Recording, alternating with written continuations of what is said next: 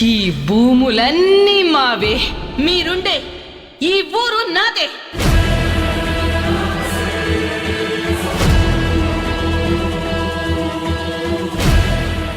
మోహన్ నా క్లయింట్. అతనుకు భార్య చెల్లెలు ఉండేవారు. చాలా మంచి ఫ్యామిలీ, బోలెడంత ఆస్తి. ఆ ఊరి ప్రజలు మోహన్ని దేవుళ్లా చూసేవారు.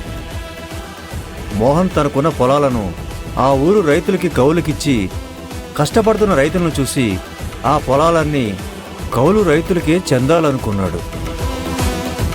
కానీ ఈ విషయం తెలుసుకున్న తన దాయాదులు కుటుంబం మొత్తాన్ని హతమార్చైన ఆస్తిని సొంతం చేసుకోవాలనే సమయంలో మోహన్ తెలివిగా ఆలోచించి తనని ఎలాగైనా చంపేస్తారనుకుని తన ఆస్తి మొత్తం తన తదనంతరం అనాథాశ్రమానికే చెందాలని, అలా కాని పక్షంలో తన చెల్లెలికి పుట్టబోయే పిల్లలకి ఆస్తి అంతా చెందాలని వీలునామా రాశాడు.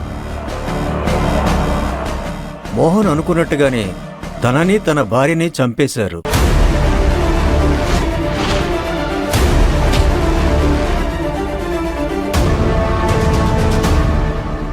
ఇక మిగిలింది తన చెల్లెలు శ్రీవల్లి. ఆ సంఘటనలో అక్కడి నుంచి తను కూడా మాయమైపోయింది. ఎక్కడికెళ్ళిందో, ఎలా ఉందో, అసలు బ్రతికుందో లేదో కూడా తెలియదు. ఇదే అదును అనుకుని వాళ్ళ దాయాదులు వాళ్ళ పొలాలను, వాళ్ళ ఆస్తులన్నింటినీ ఆక్రమించారు. ఇప్పుడు నువ్వు చేయాల్సిన పనేంటంటే శ్రీవల్లి పేరు మీద మోహన్ దాయాదులకి నువ్వు నోటీసులు పంపించాలి. శ్రీవల్లి అనే అమ్మాయి అసలు బ్రతికుందో లేదో అంటున్నారు. ఆ అమ్మాయి పంపినట్టుగా మనం నోటీసులు పంపితే తీరా కేసు హియరింగ్కి వచ్చినప్పుడు ఆ అమ్మాయి లేదు కాబట్టి కేసు నిలబడుతుందా? ఆ విషయం కూడా నాకు తెలుసు. కానీ ఆ ఆస్తుల మీద ఎవరికీ ఎటువంటి అధికారం లేదని మనం స్టే ఆర్డర్ తీసుకొస్తే కొంతకాలమైనా ఆ పేద రైతుల్ని మనం కాపాడిన వాళ్ళం అవుతాం. సరే సార్, మీరు చెప్పినట్టుగానే వాళ్ళకి నోటీస్ పంపుతాను. ఒక్క విషయం, నా మీద అభిమానంతో ఈ కేసును తీసుకుంటున్నావు, కానీ ఇందులో చాలా రిస్క్ ఉంది. సార్, మీరే రిస్క్ ఉంది అంటున్నారు, మరి నాకెందుకు అప్పచెప్తున్నారు? ఈ కేసుకి నువ్వే క్యాపబుల్ అని నమ్మాను కాబట్టి. నా ఈ పరిస్థితికి కారణం కూడా వాళ్లే. సార్, నేను ఈ స్థితిలో ఉన్నానంటే కారణం మీరే. మీకిప్పటి వరకు గురుదక్షిణగా ఏమీ ఇవ్వలేదు. మిమ్మల్ని ఈ పరిస్థితికి తీసుకొచ్చిన వాళ్ళని కటకటాల వెనుక నిలబెట్టి మీకు గురుదక్షిణ ఇచ్చుకుంటాను. మీరేం టెన్షన్ పడకండి, ఇక నుంచి మొత్తం నేను చూసుకుంటాను. ఈ కేసులో ఎలాంటి డౌట్ ఉన్నా నాకు కాల్ చేయమ్మా. అలాగే సార్, ఉంటానమ్మా.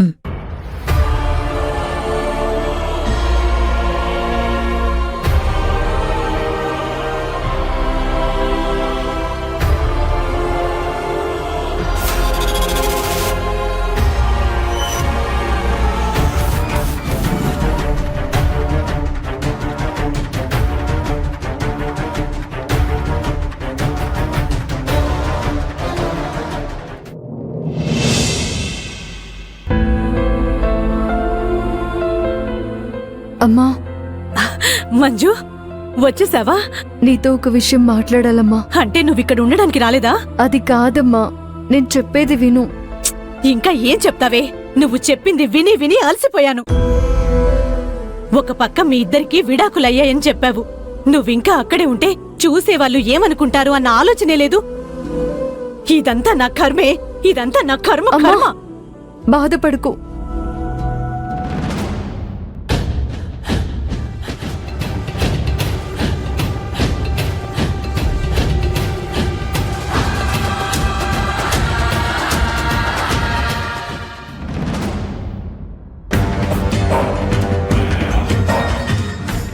అమ్మయ్యా, మంజు వచ్చేసింది.